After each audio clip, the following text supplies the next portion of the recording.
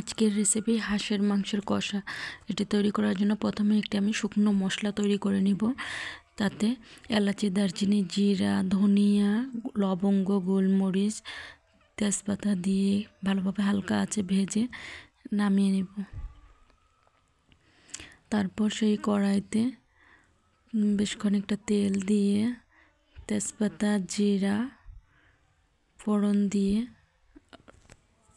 তাতে কয়েকটা এলাচি ও দারচিনিও ফোড়ন দিয়ে তাতে বেশ খানিকটা পেঁয়াজ কুচি দিয়ে হালকা নাড়াচাড়া করে নিতে হবে। তারপর ভালোভাবে ধুয়ে রাখা হাঁসের মাংস দিয়ে একটু ভাজা ভাজা করতে হবে। হালকা ভাজা হয়ে গেলে তাতে সব মশলা দিয়ে দিতে হবে। হলুদ গুঁড়া, মরিচের গুঁড়া, আদা বাটা, জিরা বাটা, রসুন বাটাও দিয়ে দিতে হবে। পর্যায়ে আমি লবণও দিয়ে দিলাম, দিয়ে মিশিয়ে নিতে হবে মশলাগুলো ভালোভাবে মাংসের সাথে। এই যে রসুন বাটাও দিয়ে দিলাম। মশলাগুলো ভালোভাবে মিশিয়ে নিতে হবে, ঢেকে ঢেকে কষাতে হবে। আমি গোটা রসুনও দিয়েছি আর ভেজে রাখা আলুও দিয়ে দিলাম।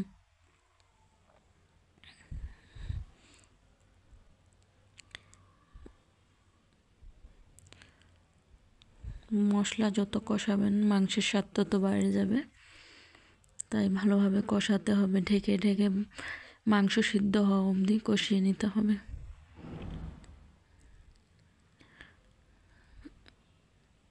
এই যে বেশ খানিক সময় ধরে আমি কষিয়ে নিলাম। তাতে অল্প জল দিয়ে আবার কষিয়ে নিব।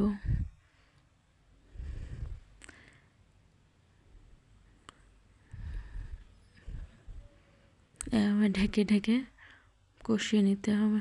তারপর আমি একটু আচারের মশলা দিয়ে দিলাম।